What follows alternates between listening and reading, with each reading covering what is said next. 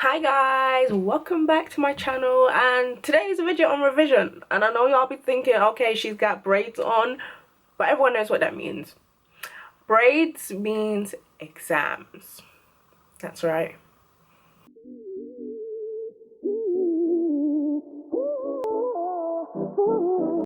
Everyone knows that as soon as the braids come out, exams are around the corner, and it can never ever be a bad thing to be too prepared for exams, because everyone wants to pass, everyone wants to do well. So I thought I'd just give you my 5 top tips on having a successful revision session. How about that?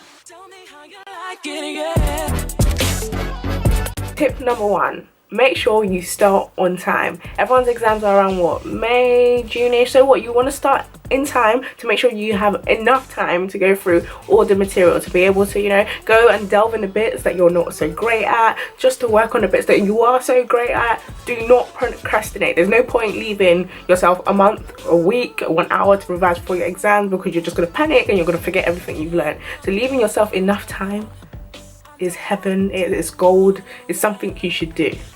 Starting on time can also mean starting at the time that you said that you would do your revision. If you said you're going to revise at 6, start revising at 6. Don't leave it until 7, because 7 will turn into 8. And 8 will turn into 9, and then 9 will turn into 10. After 10, you're going to bed. And what revision would you have done that day?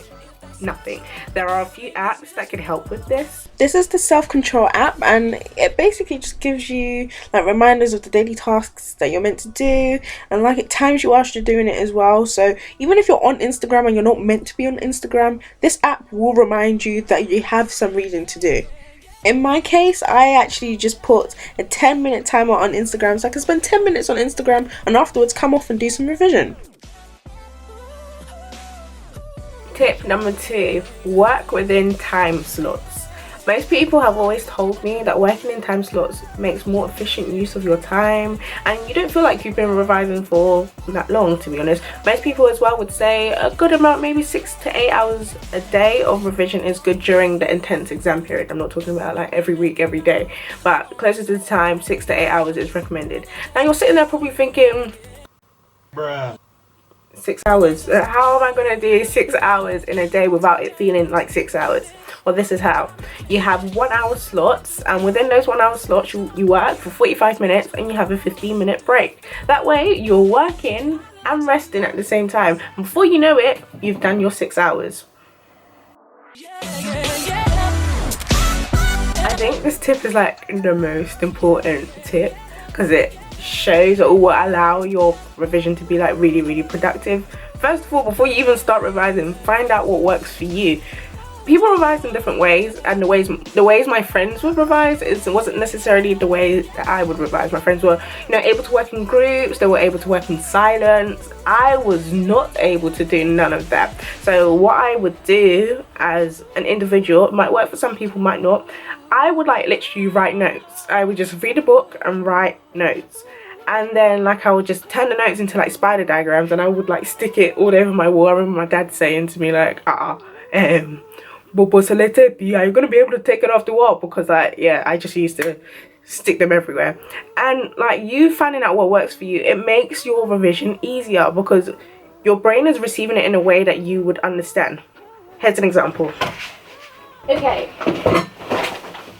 I used to have a whiteboard. Yeah, I just used to I've even got some of my revision from A-levels on there. Politics. I used to have my whiteboard, and I would just write random stuff on it, and it would just be hanging on my wall, and it just made sure that my revision was really efficient. It was active, it wasn't passive revision. And I got this off Amazon for I think £15.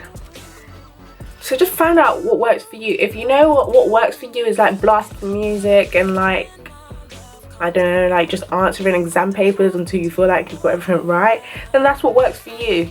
Just make sure that you're doing it in an efficient manner. Speaking of exam papers, this leads us on to the 4th tip. do as much exam practice as you can. There's no point revising and then not knowing how your exams are set up. Like, it's just such an awkward moment. You thinking that, yeah, I got all the information. You go to the exam and then the exam is just like, the exam was set out like this. It's just awkward. So do as much exam practice, even when your teachers get tired.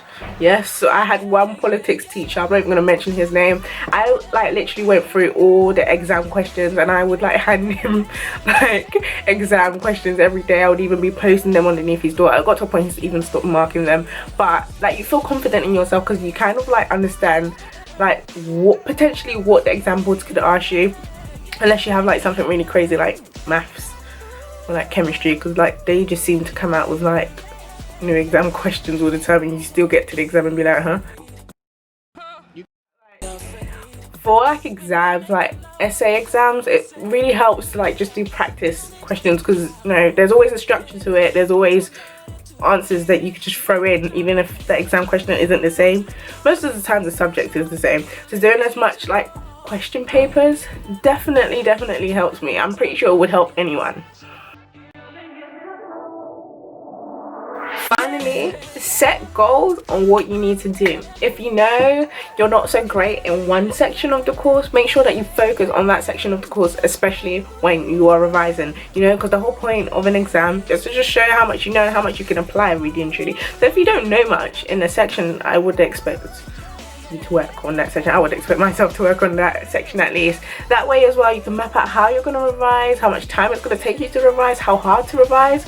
And most importantly, use your academic diaries. Okay, I feel like a bit of a hypocrite now because I haven't really used my academic diary yet because y'all know my situation, so I don't really use my academic diary, but they definitely helped. I remember like at A level, I would like jot down like my own extra homework when I started to revise, like what I wanted to revise tonight or what I felt like I needed to work on.